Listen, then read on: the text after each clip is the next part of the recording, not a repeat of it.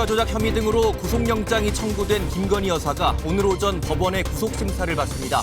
김건희 특검팀 수사의 분수령이 될 구속영장 발부 여부는 이르면 오늘 밤 결정될 것으로 보입니다. 김건희 여사 일가의 집사로 알려진 김예성 씨가 오늘 오후 베트남에서 귀국할 것으로 알려졌습니다. 김건희 특검팀은 김 씨가 입국하는 즉시 공항에서 체포해 조사할 방침입니다.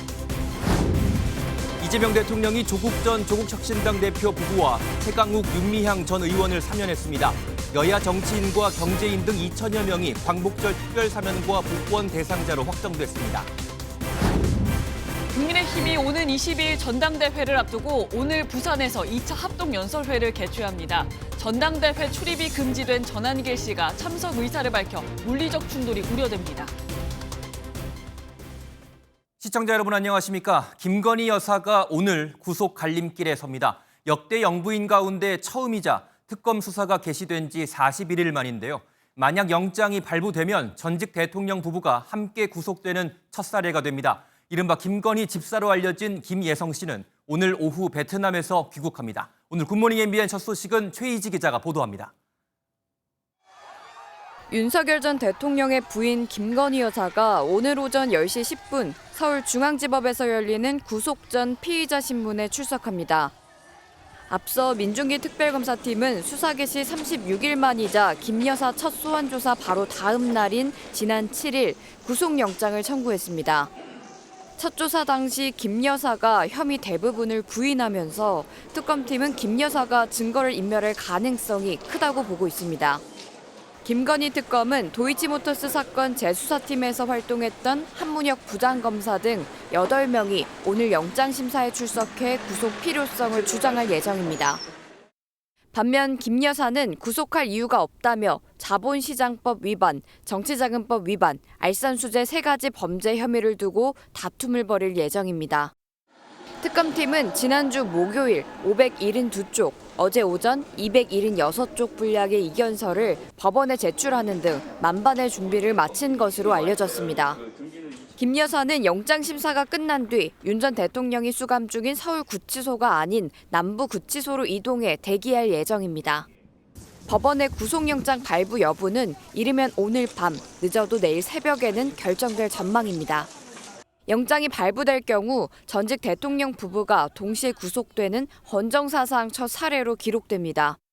한편 그동안 특검팀의 조사 요구에 응하지 않고 베트남에 머물던 일명 김건희 집사 김예성 씨는 오늘 오후 귀국할 예정입니다. 입국 즉시 김 씨를 체포해 조사할 예정인 특검팀은 곧바로 구속영장을 청구할 수도 있다는 전망도 나오고 있습니다. MBN 뉴스 최희지입니다. 김건희 특검팀이 김건희 여사의 오빠 김진우 씨의 장모 집을 압수수색하면서 5천만 원 상당의 명품 시계 상자와 보증서를 확보했습니다. 이 시계를 구입해서 김 여사에게 전달한 건 대선 당시 윤석열 전 대통령에게 고액을 후원했던 로봇계 사업가 서모 씨인데요. 서 씨가 대통령 경호처와 로봇계 시범 운영 계약을 맺었던 것으로 확인된 가운데 특검팀은 해당 시계를 뇌물로 의심하고 있습니다. 보도에 김태영 기자입니다. 윤석열 전 대통령 취임 직후인 지난 2022년 6월 용산공원 시범 개방 당시 포착된 경호 로봇계입니다. 당시 대통령 경호처는 로봇계 수입업체와 수의 계약을 맺었습니다. 그런데 김건희 특검팀이 해당 업체를 운영하는 사업가 서모 씨가 김건희 여사에게 5천만 원 상당의 명품 시계를 건네줬다는 진술을 확보한 것으로 전해졌습니다. 지난달 특검팀이 김 여사의 오빠 김진우 씨의 장모집을 압수수색하면서 바쉐린 콘스탄틴이라는 명품 시계 상자와 정품 보증서를 발견한 뒤 서 씨가 구매한 사실을 확인해 조사한 겁니다. 서 씨는 2022년 9월 매장에서 시계를 구매한 뒤 김 여사 자택을 직접 찾아 전달했다고 진술한 것으로 파악됐습니다. 특검팀은 서 씨가 시계를 전달한 시점이 대통령 경호처와 로봇계 시범 운영 계약을 맺은 시기여서 청탁 목적이 아닌지 의심하고 있습니다. 다만 서 씨는 뇌물이 아닌 김 여사 요청에 따른 단순 대리구매였다고 주장한 것으로 전해졌습니다. 서 씨는 2022년 대선 당시 윤 전 대통령에게 법정 최고 한도인 1,000만 원의 정치 후원금을 전달한 것으로도 알려졌습니다. 특검팀은 로봇계 사업과 명품 시계의 연관성을 놓고 추가 조사를 이어갈 것으로 보입니다. MBN 뉴스 김태형입니다. 김건희 여사가 받은 것으로 의심되는 고가의 목걸이의 행방을 쫓고 있는 김건희 특검팀이 어제 서희건설 본사를 압수수색했습니다. 김 여사가 순방 당시 착용했던 반클리프 목걸이와 같은 제품을 서희건설 측이 구매한 정황을 포착한 겁니다. 이어서 손성민 기자가 보도합니다. 정장 차림의 수사관들이 압수품이 든 박스를 들고 건물 밖으로 나옵니다. 민중기 특별검사팀이 어제 김건희 여사의 목걸이 수수 의혹과 관련해 서울 서초구 서희건설 본사를 압수수색했습니다. 인사청탁 관련된 자료는 확보하셨나요? 화장실은 어떤 자료 확보하셨나요? 서희건설 측은 지난 2022년 6월 김 여사가 나토 순방 당시 착용했던 반클리프 목걸이와 같은 모델을 구매했다는 의혹을 받고 있습니다. 앞서 특검팀은 반클리프 본사를 압수수색하면서 지난 2022년 대선 직후 서희건설 회장의 측근이 김 여사가 착용했던 모델을 약 6천만 원에 구매한 이력을 파악한 것으로 알려졌습니다. 특검팀은 또 이 회장의 사위가 순방 직전 국무총리 비서실장으로 임명된 사실을 확인하고 인사청탁의 대가로 목걸이를 김 여사 측에 전달한 게 아닌지 의심하고 있습니다. 앞서 김 여사의 친오빠 장모 집에서 발견된 가짜 목걸이가 아니라 진품이 따로 있을 가능성이 있다고 보고 수사를 이어가는 겁니다. 김 여사 측은 착용한 목걸이는 모조품이며 또 서희건설과는 아무 관련이 없다고 밝힌 상황입니다. 새벽부터 시작된 압수수색은 약 7시간 만에 끝났습니다. 특검팀은 압수물 분석을 마친 뒤 이를 토대로 서희건설과 김 여사와의 관련성을 들여다볼 것으로 예상됩니다. MBN 뉴스 손성민입니다. 어제 2주 만에 재개된 윤석열 전 대통령의 내란 우두머리 혐의 재판에 당사자인 윤 전 대통령이 또다시 출석하지 않았습니다. 이번이 벌써 4번째인데 재판부는 결국 불이익을 감수하라는 경고와 함께 윤 전 대통령 없이 재판을 진행하기로 결정했습니다. 이시열 기자가 보도합니다. 법원 여름 휴정기로 잠시 중단됐던 윤석열 전 대통령의 내란 혐의 재판이 어제 다시 서울중앙지법에서 열렸습니다. 앞서 재판부는 윤 전 대통령이 재구속된 이후 3차례 연속으로 재판에 불출석하자 강제구인을 시사하기도 했습니다. 재판부에서 강제구인이나 걸석 재판 검토하고 있다는데 혹시 어떻게 대응하실 생각이세요? 법정에서 얘기할 겁니다. 하지만 윤 전 대통령은 어제도 건강상의 이유를 들어 재판정의 모습을 드러내지 않았습니다. 재판부는 윤 전 대통령의 신병과 관련한 서울구치소 측의 입장이라며 건강 상태를 확인했지만 거동이 불편한 점은 확인되지 않았다고 전했습니다. 윤 전 대통령을 강제로 재판정에 데려오는 것에 대해서는 부상 등 사고 위험과 인권 문제 등 사회적 파장이 있을 수 있다며 현저히 곤란한 상황이라고 설명했습니다. 이에 대해 특검 측은 구인영장 발부를 통해 재판부에 단호한 조치를 요청한다고 밝혔고 윤 전 대통령 측은 윤 전 대통령이 지병으로 장시간 의자에 앉아있기 어렵다며 걸석 재판을 재판부에 요청했습니다. 결국 재판부는 윤 전 대통령 없이 걸석 재판을 진행하기로 결정하면서 불출석에 따른 불이익은 윤 전 대통령이 감수해야 한다고 밝혔습니다. MBN 뉴스 이시열입니다. 윤석열 전 대통령 측은 구속된 이후 고혈압과 당뇨병 등을 거론하면서 제때 치료를 받지 않으면 실명할 위험이 있다고 밝혀왔습니다. MBN 취재 결과 윤 전 대통령이 오늘 날짜로 서울대병원 안과 진료를 예약했다 취소한 사실이 확인됐습니다. 박은채 기자가 단독 보도합니다. 윤석열 전 대통령 측은 건강 악화를 이유로 내란 혐의 재판과 특검 조사 모두 출석을 거부하고 있습니다. 앞서 서울구치소 측에 외부 진료를 신청하면서 안과 질환과 관련한 시술을 석 달째 받지 못해 실명 위험이 커졌고 체온 조절 장애가 우려된다고 밝히기도 했습니다. MBN 취재 결과 윤 전 대통령은 자신의 주치의에게 진료받기 위해 오늘자로 서울 종로구 서울대병원 안과 진료를 예약했다가 취소한 것으로 파악됐습니다. 구치소 측이 관내가 아니라 어렵다는 이유로 받아들이지 않았고 구치소가 지정한 다른 병원에서 진료를 받도록 한 겁니다. 현재 구치소 측은 관내에 있는 지정병원과 진료 날짜 등을 조율하고 있는 것으로 알려졌습니다. 황반 변성이라는 게 치료를 제때 받지 않으면 실명 위기에 이르는 병입니다. 더군다나 또 당뇨와 겹쳐 있기 때문에 상태는 되게 심각한 상태입니다. 한편 윤 전 대통령이 병원 진료를 위해 구치소 밖으로 나오는 순간을 노려 특검팀이 체포영장을 집행할 수 있다는 관측도 제기됩니다. MBN 뉴스 박은채입니다. 국회 계엄 해제 방해 의혹을 수사 중인 내란 특검팀이 어제 조경태 국민의힘 의원을 참고인 신분으로 소환했습니다. 조 의원은 표결에 참석한 18명의 의원 중 한 명인데요. 특검팀은 조 의원을 조사하는 과정에서 추경호 전 국민의힘 원내대표가 한덕수 전 총리와 통화한 이력을 제시한 걸로 알려졌습니다. 이동현 기자가 보도합니다. 조은석 특별검사팀이 지난해 12.3 비상계엄 당시 추경호 전 국민의힘 원내대표가 한덕수 전 국무총리와 통화한 내역을 확보한 것으로 알려졌습니다. 계엄 해제 표결에 참여했던 조경태 국민의힘 의원이 특검팀에 출석해 참고인 조사를 받은 직후 두 사람 간 통화 내용을 질문받았다고 밝힌 겁니다. 한 가지 특이한 것은 12월 3일 11시 12분 밤 23시 12분에 추경호 전 원내대표하고 한덕수 전 총리, 그 당시에는 원내대표와 총리가 통화를 한 7분 이상 했던 것이 나왔습니다. 추 전 원내대표와 한 전 총리의 통화 사실이 밝혀진 건 이번이 처음입니다. 그러면서 조 의원은 특검팀이 추 전 원내대표가 한 전 총리의 전화를 받고도 적극적으로 계엄을 막지 못한 정황에 대해 집중 추궁했다고 덧붙였습니다.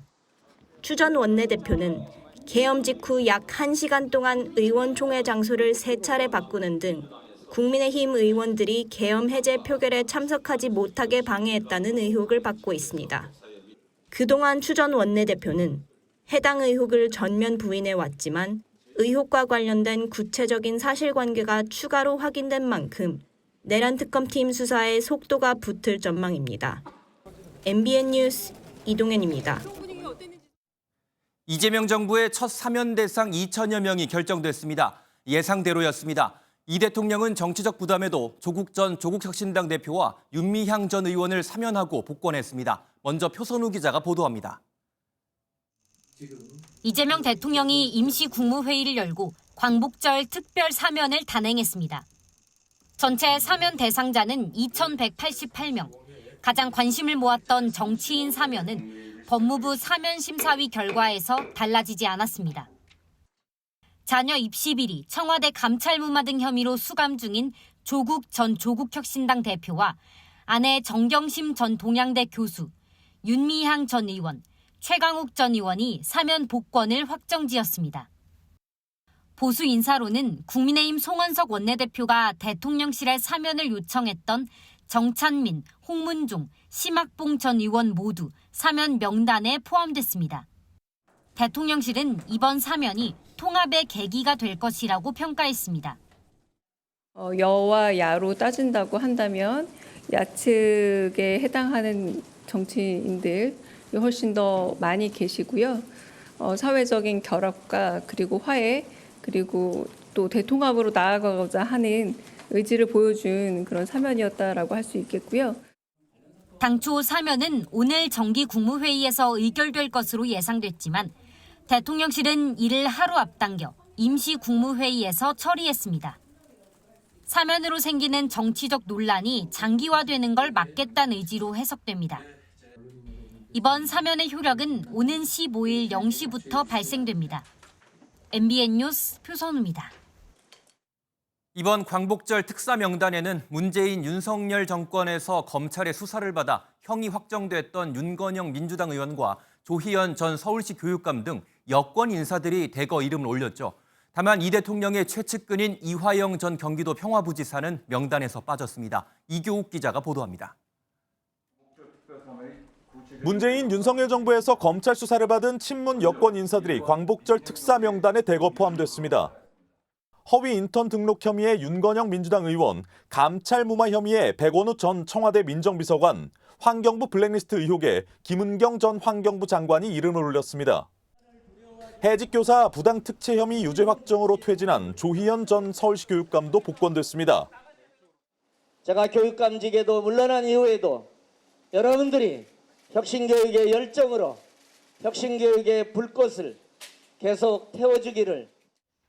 친명계로 분류되는 이화영 전 경기도 평화부지사는 이번 광복절 특사 명단에서 빠졌습니다. 그건 이제 압박 관여 때문에 이렇게 한 거죠. 경제계에선 횡령 등의 혐의로 유죄가 확정된 최신원 전 SK네트워크스 회장과 박근혜, 최순실 국정농단 사건에 연루됐던 최지성, 장충기 등 전직 삼성그룹 고위 임원들이 사면 복권됐습니다. 혹시 혐의 부인하시나요? 미안해. 어떤 점 소명하셨어요? 됐어요. 고맙습니다.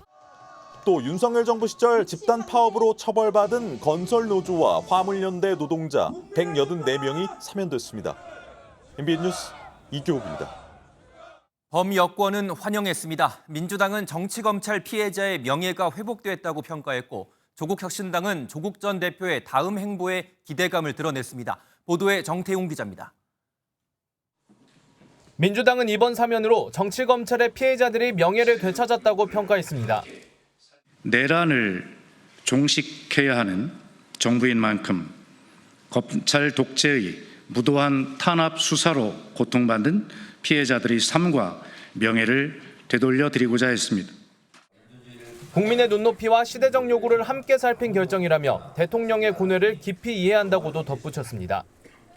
조국 전 대표의 사면과 복권으로 활로를 찾게 된 조국 혁신당은 검찰 개혁에 힘을 모으겠다는 의지를 강조했습니다. 이재명 대통령님의 고심 어린 결정에 감사드립니다. 조국 혁신당은 다시 한번 국민이 명령한 내란 청산 그리고 검찰 개혁 등 개혁 과제를 완수하는 데 더더욱 힘을. 조 전 대표의 정치 행보를 놓고 혁신당은 공식적으로는 말을 아꼈지만 당내에서는 다양한 기대감이 터져나왔습니다. 원내에서 같은 중요하다면 원내로 가야 하는 것이고 지방선거에서 우리가 성과를 내는 게 중요하다면 그런 판단을 하실 거고요. 어느 쪽이든 나가야 된다고 생각합니다. 혁신당은 민주당과의 합당 가능성에 대해선 너무 앞서간 이야기라고 선을 그으며 당분간 독자 노선을 걷겠다는 의지를 드러냈습니다. MBN 뉴스 정태용입니다. 국민의힘은 광복절 사면 최종 명단이 발표나자 맹비난했습니다. 하지만 송원석 원내대표가 요구한 정치인들도 포함되면서 사면 뒷거래 비판에는 할 말이 없게 됐습니다. 계속해서 이지우 기자가 보도합니다. 법무부의 광복절 특사 발표 직후 송원석 국민의힘 원내대표는 말을 아꼈습니다. 네, 홍문정 의원 포함된 거에 대해서는 입장 없으실까요? 조국 전 대표와 윤미향 전 의원에 대한 비판 공세와는 다른 모습입니다. 이를 두고 앞서 공개된 강훈식 대통령 비서실장과 나눈 메시지 때문이란 해석이 많습니다. 지난 4일 방송법 본회의 처리를 위해 열린 국회 본회의장에서 송 원내대표가 강훈식 비서실장에게 야권 정치인 사면을 부탁하는 모습이 언론에 포착됐습니다. 당내에선 송 원내대표의 사면 요청으로 민주당에 할 말이 없게 됐다는 질타가 나왔습니다. 영남권 한 의원은 관례였다고 하더라도 첫 사면부터 그렇게 고개 숙일 이유가 없었다며 송 원내대표의 큰 실착이라고 비판했습니다. 일각에선 이번 사면을 계기로 이 대통령의 사법 리스크에 연루된 인사들까지 향후 사면 대상에 포함되는 것 아니냐는 우려의 목소리도 나옵니다. MBN 뉴스 이지율입니다. 전당대회를 일주일여 앞둔 국민의힘은 오늘 부산을 시작으로 사흘간 차기 당대표 선출을 위한 합동연설회를 이어갑니다.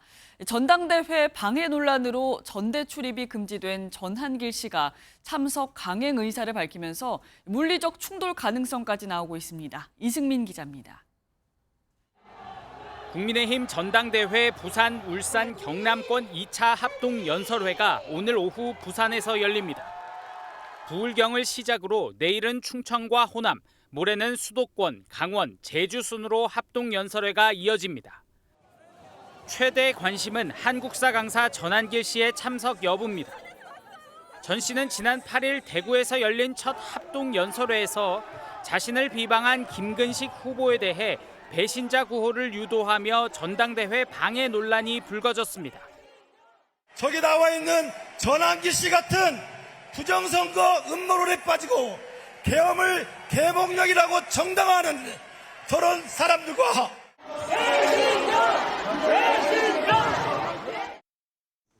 국민의힘은 곧바로 전 씨의 합동연설에 출입을 금지하고 당 윤리위는 전 씨에 대한 징계 절차를 개시했습니다.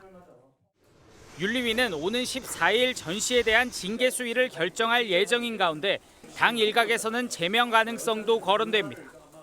분열과 갈등을 조장하는 선동행위는 결코 용납될 수 없습니다. 죄질이 매우 엄중하다고 판단됩니다. 전 씨가 합동연설에 참석 강행 의사를 밝힌 만큼 전대 기간 내내 전시를 둘러싼 내홍은 이어질 것으로 보입니다. MBN 뉴스 이승민입니다. 경찰이 주식 차명 거래 의혹을 받는 이춘석 의원의 사무실과 집을 압수수색했습니다.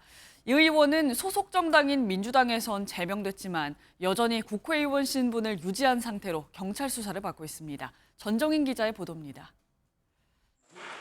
서울경찰청 금융범죄수사대 수사관들이 국회의원 회관 이춘석 의원 사무실로 들어갑니다.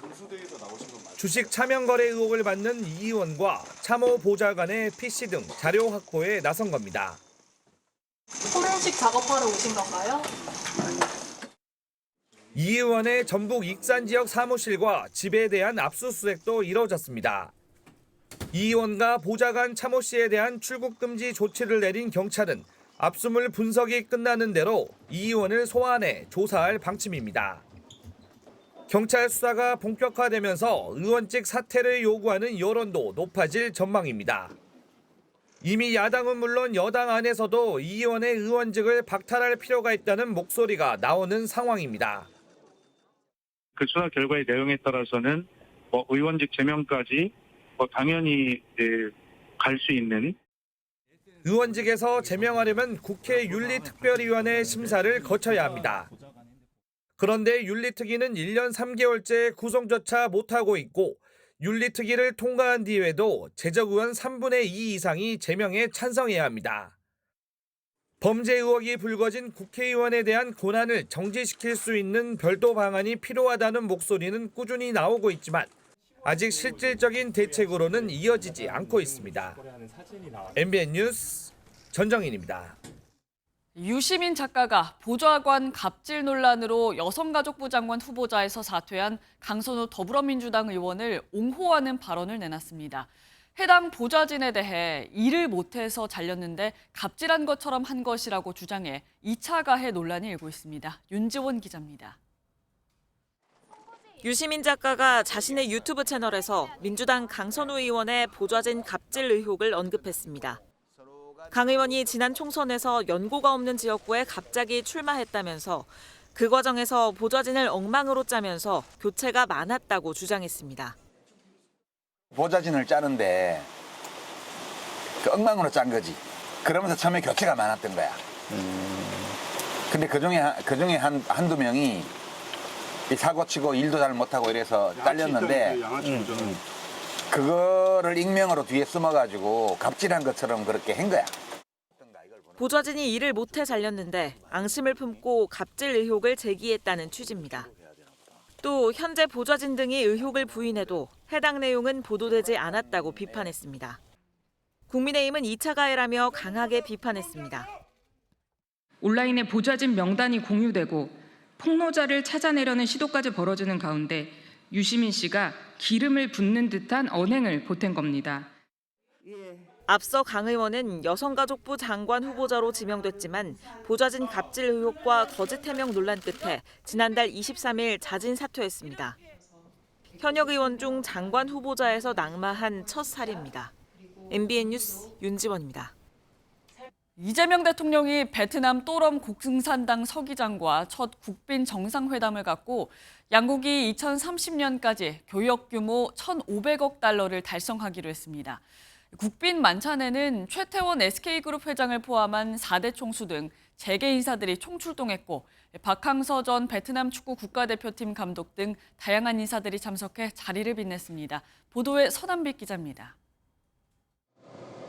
군악대의 환영 연주 속에 또럼 베트남 당서기장과 응호 푸엉리 여사가 등장합니다. 금색 넥타이를 맨 이 대통령과 연분홍 한복 차림을 한 김혜경 여사가 미소로 맞이합니다. 베트남 공산당 서기장의 방한은 11년 만입니다. 거기에 더해서 약 10만 쌍이 이 베트남 국민과 대한민국 국민이 결혼을 해서 우리가 정말 그런 점에서도 특별한 관계입니다. 표현하기를 베트남과 한국은 사돈의 나라라고 하기도 합니다. 공식 환영식을 시작으로 이 대통령은 소인수 회담과 확대 정상회담 등을 잇따라 열었습니다. 양국은 한 베트남 포괄적 전략 동반자 관계 심화를 위한 공동 성명을 채택하고 2030년까지 교역 규모 1,500억 달러를 달성하기로 했습니다.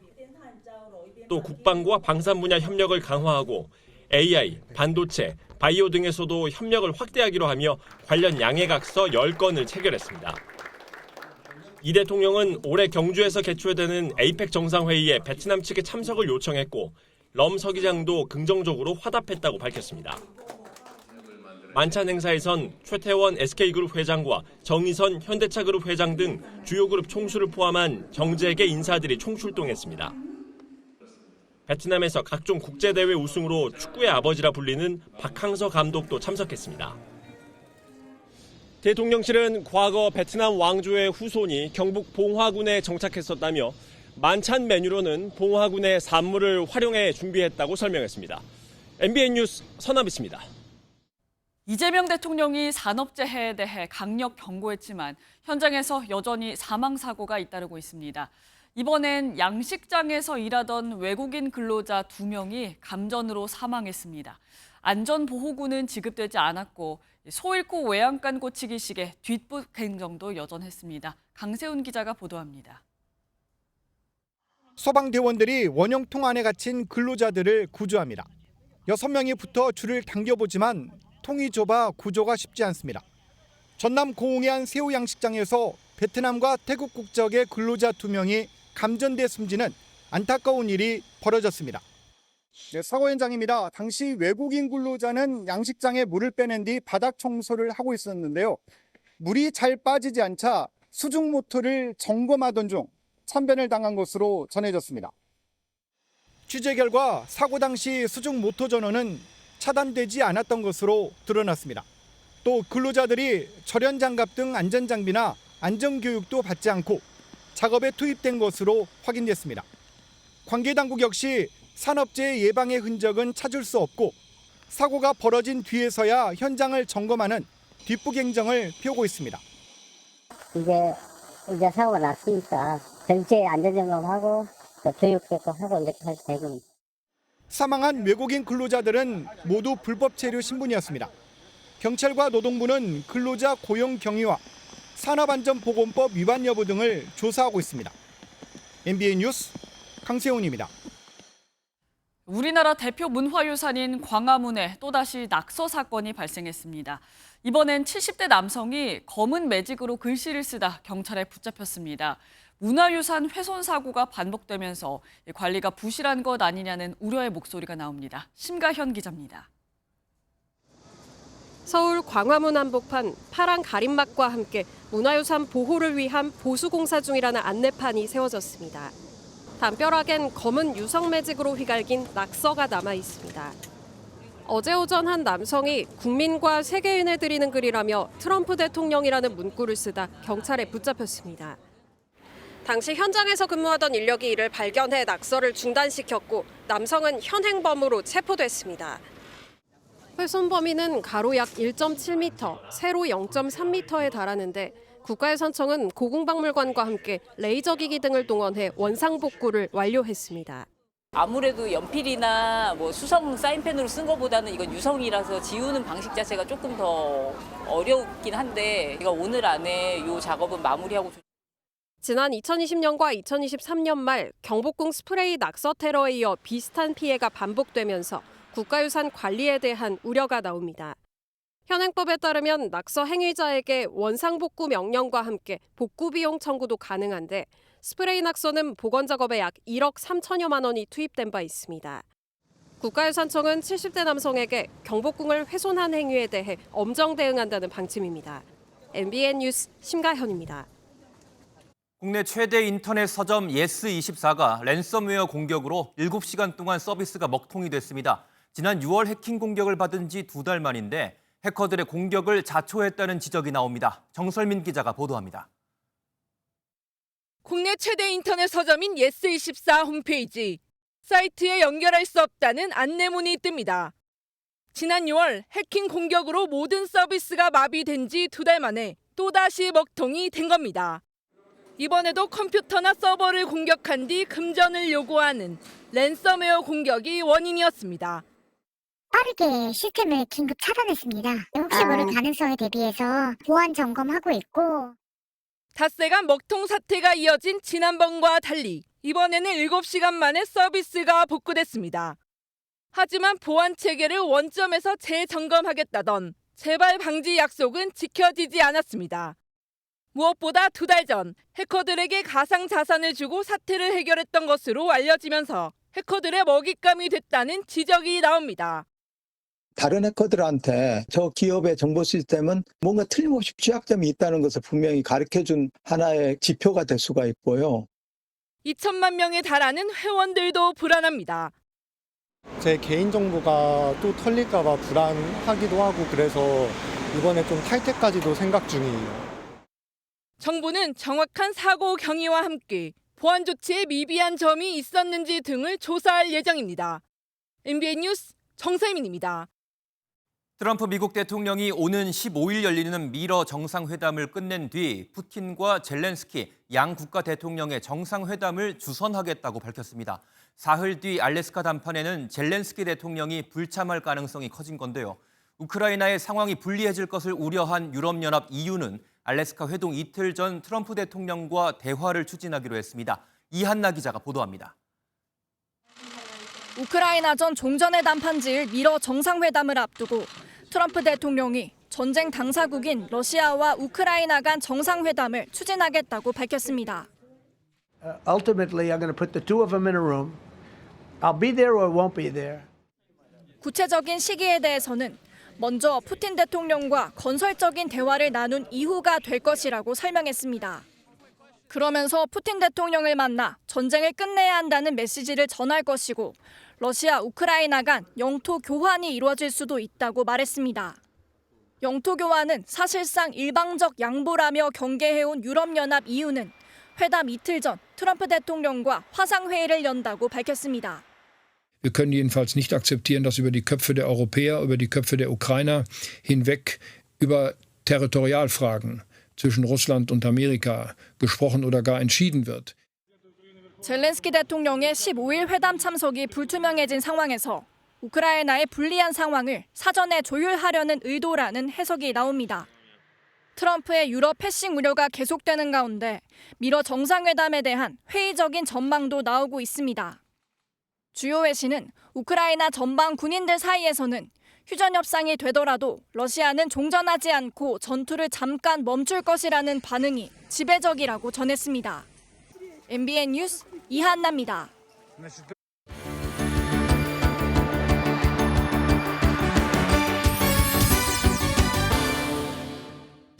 굿모닝 월드입니다. 고슴도치도 제 새끼는 하마마다고 한다는 말이 있죠. 미국에서 조금 독특한 대회가 열렸는데요. 존재 자체로 사랑스러운 반려견들이 등장해 저마다 개성을 뽐냈다고 합니다.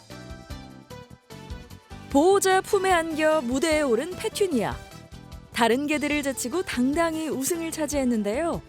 그것도 세상에서 가장 못생긴 개를 뽑는 대회에서 말이죠. 대회에 참가한 다른 개들도 모두 저마다 개성 있는 외모를 자랑했는데요. 보호자들은 환하게 웃으며 자신에겐 세상에서 가장 예쁜 반려견을 소개했고 관중들도 환호했답니다. 사실 미국 캘리포니아에서 열린 이 대회는 그 어떤 외모라도 반려견이 그 자체로 아름답다는 걸 보여주려는 거라네요.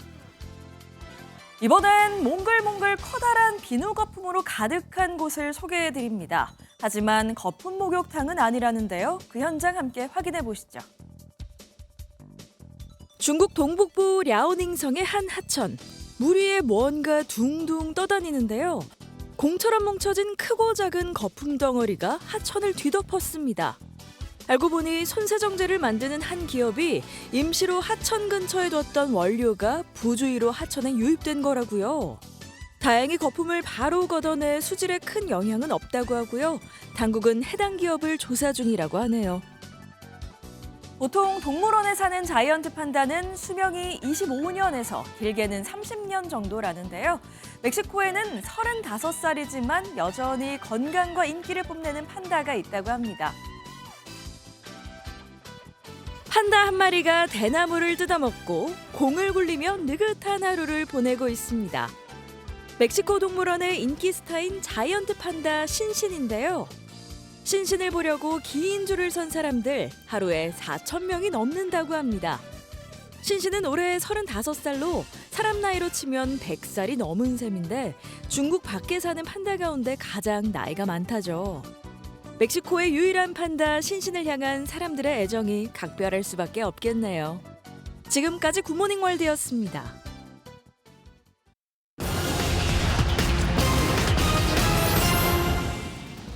소비 쿠폰 혜택을 가장 크게 보는 업종은 음식이나 숙박업계가 아닌 학원 등 교육 서비스인 것으로 나타났습니다. 쿠폰 지급 첫 주 신용카드 이용액을 살펴보니 교육 서비스가 전주 대비 가장 많은 43%가량 증가한 건데 뒤이어 오락 스포츠 및 문화가 20% 가까이 늘어난 걸로 나타났습니다. 숙박 서비스와 의류 및 신발, 식료품 및 음료는 한 자릿수 증가를 기록했습니다. 광복절 전날 시행되는 택배 쉬는 날이 올해는 택배 업체마다 휴무일이 다르게 운영돼 이용하는 분들은 꼼꼼하게 확인하셔야겠습니다. CJ 대한통운과 한진택배의 경우 오는 14일, 롯데 글로벌로지스와 로젠택배는 16일을 택배 쉬는 날로 지정해 광복절을 포함해 이틀간 배송을 하지 않는다고 밝혔습니다. 택배사가 아닌 쿠팡과 SSG닷컴, 컬리는 평소대로 배송하고 우체국 소포는 14일부터 18일까지 닷새간 휴무를 하기로 했습니다. 국제 은현물 가격이 트로이 온스당 38.24달러로 올해 들어 30%가량 최근 1년간 약 44% 상승했습니다. 같은 기간 국제 금 가격과 비트코인 상승률을 웃도는 흐름인데 불확실성 확대로 인한 안전자산 선호 분위기와 은 시세가 금보다 저평가돼 있다는 점 등이 상승 요인으로 꼽힙니다. 지금까지 오늘의 굿모닝 경제였습니다.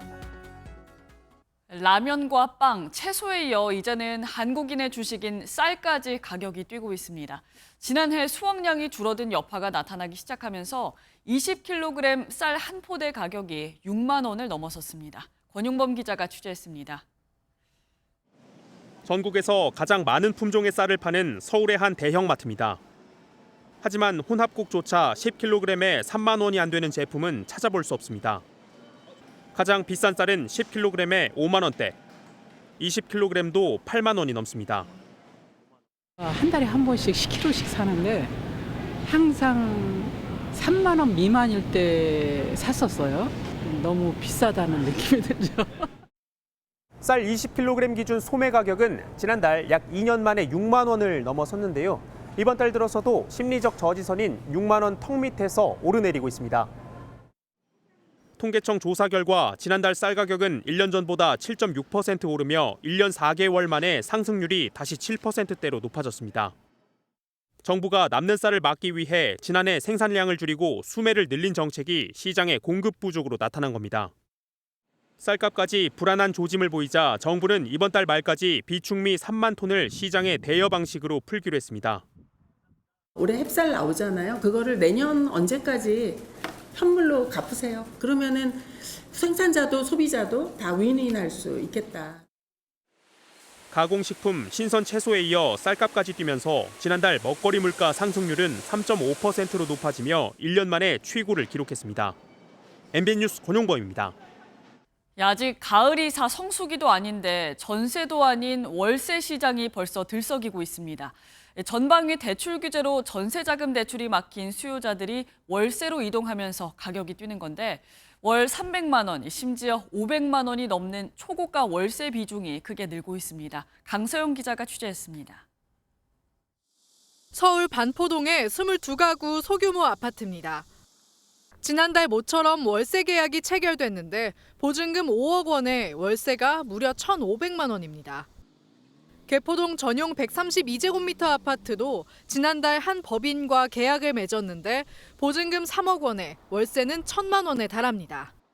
대출이 어렵기도 하고 전세 금액에 비해서 보증금이 낮은 것, 보증금이 낮으면 월세는 당연히 올라가니까. 지난 7월 서울 아파트 월세 거래 7,200여 건 가운데 월세 500만 원 이상 비중은 2.2%로 연초보다 2배 가까이 뛰었습니다. 치솟은 매매가가 월세 가격을 전반적으로 끌어올린 상황에서 전세자금 대출이 막히자 초고가 월세 거래가 속출하는 겁니다. 월세가 300만 원을 넘는 거래 비중도 연초 5%대에서 7.7%까지 높아졌습니다. 시중은행들이 최근 1주택자까지 전세자금 대출을 제한하면서 이런 현상은 더 가속화하고 있습니다. 매매값이 급등하면서 고액 월세가 속속 등장하고 있고요. 앞으로 전세대출 규제가 더 심해지면은 월세화 속도는 좀 더 가속화될 것으로 예상이 됩니다. 치솟는 월세와 달리 매매는 전방위 대출 규제 시행 이후 시장을 지켜보는 수요자가 늘면서 가격이 낮아진 거래가 꾸준히 늘고 있습니다. MBN 뉴스 강서영입니다.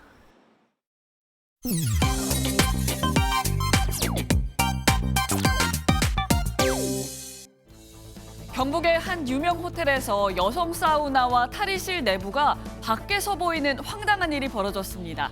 해당 호텔로 가족 여행을 온 한 누리꾼. 산책 중 3층 유리창 너머 짧은 머리를 한 사람이 윗옷을 벗고 있는 걸 목격했는데요. 처음엔 남성 사우나인 줄 알았는데 호텔 직원과 확인해보니 놀랍게도 여성 사우나였습니다. 통유리에 부착된 사생활 보호 필름이 노후됐던 건데요. 호텔 측은 즉시 사우나 운영을 중단하고 사과했지만 이 누리꾼은 아내가 수치심에 괴로워하고 있다며 그동안 피해를 본 고객들에 대해 홈페이지에 사과문을 게시하라고 요구했습니다. 누리꾼들은 그동안 몰랐다는 게 더 놀랍다. 나 같아도 잠이 안 올 듯. 몇 년 전에도 비슷한 일이 있었는데 또 라며 분노했습니다. 충남의 한 식당에 갑자기 흉기를 든 남성이 나타났습니다. 식당 문 앞 한 손에 흉기를 쥔 남성이 서 있다가 곧바로 안으로 들어갑니다. 식사 중이던 손님들도 순식간에 얼어붙었는데요.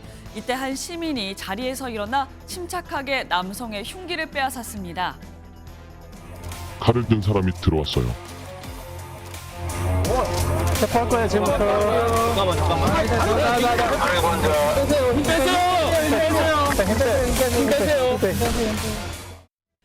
힘 흉기를 빼앗긴 뒤에도 난동을 부리던 남성, 결국 공공장소 흉기 소지 혐의로 체포됐습니다. 술에 취한 그는 외국인이 자신을 무시했다며 범행을 저질렀다는데 누리꾼들은 큰일이 안 나서 다행이다. 침착하게 흉기를 뺏은 시민이 대단하다라는 반응과 함께 해당 남성의 강력한 처벌을 요구했습니다. 유례 없는 폭염에 양산 쓴 사람들 부쩍 늘었죠. 그런데 버스 안에서까지 양산을 편 승객이 있어 논란입니다. 옆자리 승객 머리에 양산 끝이 걸릴 듯 말 듯 아슬아슬합니다. 제보자는 창가 쪽 햇볕이 강해 양산을 펼친 것 같다면서도 대중교통에서 양산은 조금 그렇다 지적했는데요. 누리꾼들은 정말 이기적이다. 차라리 손으로 창문을 가리지. 옆 사람은 무슨 죄냐라며 아무리 더워도 매너는 지켜야 한다는 반응이었는데요. 다만 일부 누리꾼들은 옆 사람한테 양해 구했으면 괜찮다. 자리 잘못 걸리면 햇볕 진짜 괴롭긴 하다라며 이해가 간다는 의견도 보였습니다. 하지만 최근 지하철에서 허리 운동을 하거나 발톱을 깎는 믿기 힘든 목격담들이 이어졌죠.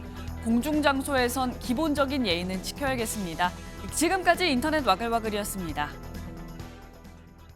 30년 이상 담배를 피우면 암의 진행 속도가 빠르고 예후가 좋지 않은 소세포 폐암에 걸릴 확률이 비흡연자보다 55배가 높다는 연구 결과가 나왔습니다. 소세포 폐암 발병 원인 98%가 흡연이었습니다. 최은미 기자입니다. 흡연 구역을 가득 메운 애연가들. 건강에 안 좋은 줄 알지만 금연은 쉽지 않습니다. 피우동기라서 피우지. 신경이 쓰여서 안 돼요. 신경 쓸 일이 많아서. 그래 몰라고요. 뭐 애를 썼지만은. 30년 이상 장기 흡연이 소세포 폐암 발생 원인의 98%를 차지한다는 연구 결과가 나왔습니다. 소세포 폐암 환자 100명 중에 98명은 흡연 때문에 암에 걸렸다는 얘기입니다. 전체 폐암과 후두암에도 79%, 86% 기여한 것으로 확인됐습니다. 비흡연자와 소세포 폐암 발생 위험도를 비교하면 흡연자가 54.5배 높은 것으로 나타났습니다. 폐암은 암세포의 특징에 따라 비소세포 폐암과 소세포 폐암으로 나누는데 소세포 폐암은 전체 폐암의 20% 수준이지만 진행 속도가 빨라 훨씬 치명적입니다. 소세포 폐암 환자의 폐 단면입니다. 폐 한가운데 암세포가 선명합니다. 유해물질의 DNA가 일부 노출될 때는 재생을 해서 원상복귀를 하지만 지속적인 노출이 되면 변이가 되겠죠. 그러면서 결국은 담배와 연관된 암이 유발됩니다. 국민건강보험공단은 담배 회사를 상대로 폐암 진료비 손해배상 소송을 진행하고 있습니다. 1심은 담배 회사가 이겼고 법무공단이 항소해 2심 선고가 조만간 내려집니다. MBN 뉴스 최은미입니다. 도널드 트럼프 미국 대통령이 중국과 관세 휴전을 90일 연장하는 행정명령에 서명했다고 미 CNBC 등 외신이 보도했습니다. 트럼프 대통령은 또 금에는 관세를 부과하지 않을 것이라는 입장도 밝혔습니다. 오늘 중부지방은 낮 기온이 크게 올라 덥겠습니다. 경기 파주에는 폭염주의보가 내려진 가운데 오늘 서울이 33도, 강원 정선은 32도로 어제보다 3에서 6도가량 더 높겠습니다.